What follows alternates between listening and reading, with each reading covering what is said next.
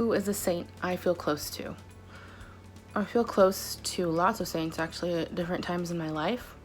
One that I feel close to right now is Mother Mary. Just asking her to help me through and praying the rosary and praying Hail Mary. Teaching my kids to pray Hail Mary and just relying on her motherly care. Another saint that I feel close to right now is Saint Anthony. I ask him for everything. I used to make fun of one of my friends. I thought it was silly that she asked Saint Anthony to find things because I thought it was like a hat trick and I didn't think it was real.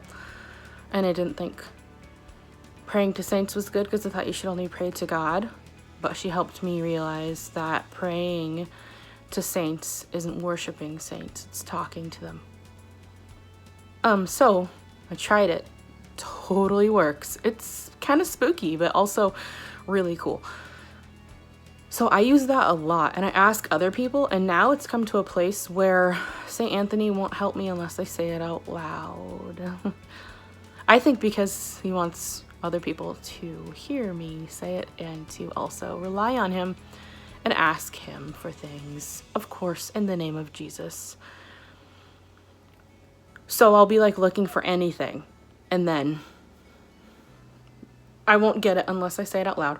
Then immediately what I need is right there. And sometimes it's kind of funny because sometimes what I need doesn't show up right away, but something that I didn't know that I needed shows up. It's like he's kind of looking out for me because I have ADHD. So St. Anthony's kind of like, okay, Amy, so I know that you are asking for your keys, but here is also this piece of paper that has something written on it that you were supposed to look at and you were supposed to talk to this person about. And then I'll be like, thanks, St. Anthony. I am inspired by many saints and their life stories. But if I were to choose a favorite, I would narrow it down to two: Saint Bernadette and Saint Faustina. Saint Bernadette has always been very close to my heart. She's the one I've studied the most, starting when I was about 8 years old. That's when my parents and I went on our first trip to Lourdes. And I remember at that age not fully understanding what a pilgrimage actually was, the significance of Lourdes, and why there were thousands of people waiting in very long lines, holding empty jars and bottles, wanting to fill them up with water. So my dad went to the nearest gift shop and bought me a graphic novel about her life story, focusing on her childhood and teenage years. And I'm not trying to be funny when I say my first reaction as an 8-year-old was, this girl has a comic book about her life story. She must be amazing. And she was. She was a young, introverted girl with a lot of siblings who had difficulty bonding with her and understanding her. Many people made fun of her for being different. She battled multiple illnesses: asthma, tuberculosis, cholera. And despite all of that, Mary chose her, came to her, told her to find the miraculous beauty of the grotto. And she did it. And I've seen it. I have been a witness to the power of this holy water.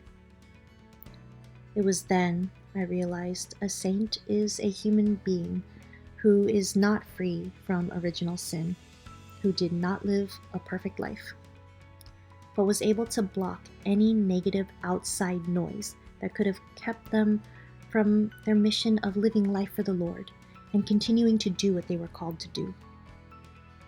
And for Saint Bernadette, because of her focus, we have this beautiful space in France where millions of people gather to seek spiritual and physical healing from the holy water Mary wanted her to discover.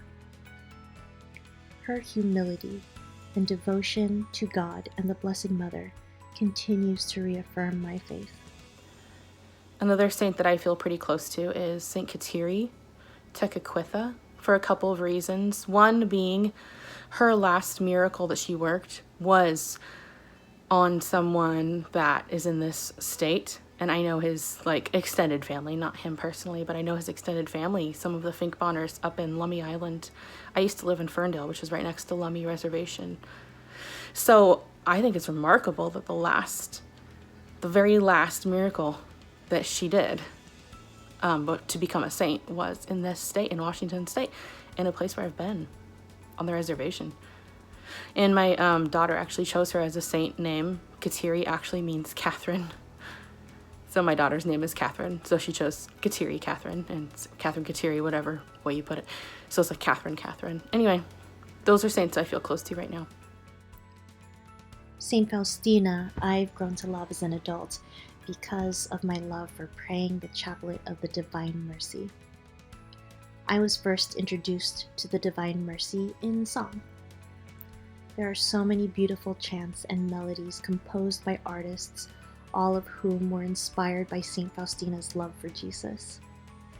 Learning about her and the spiritual and corporal works of mercy have helped me better understand my vocation as a wife and mother.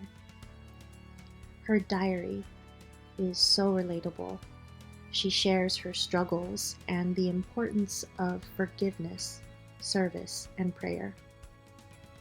It gives us the opportunity to personally connect with an actual canonized saint.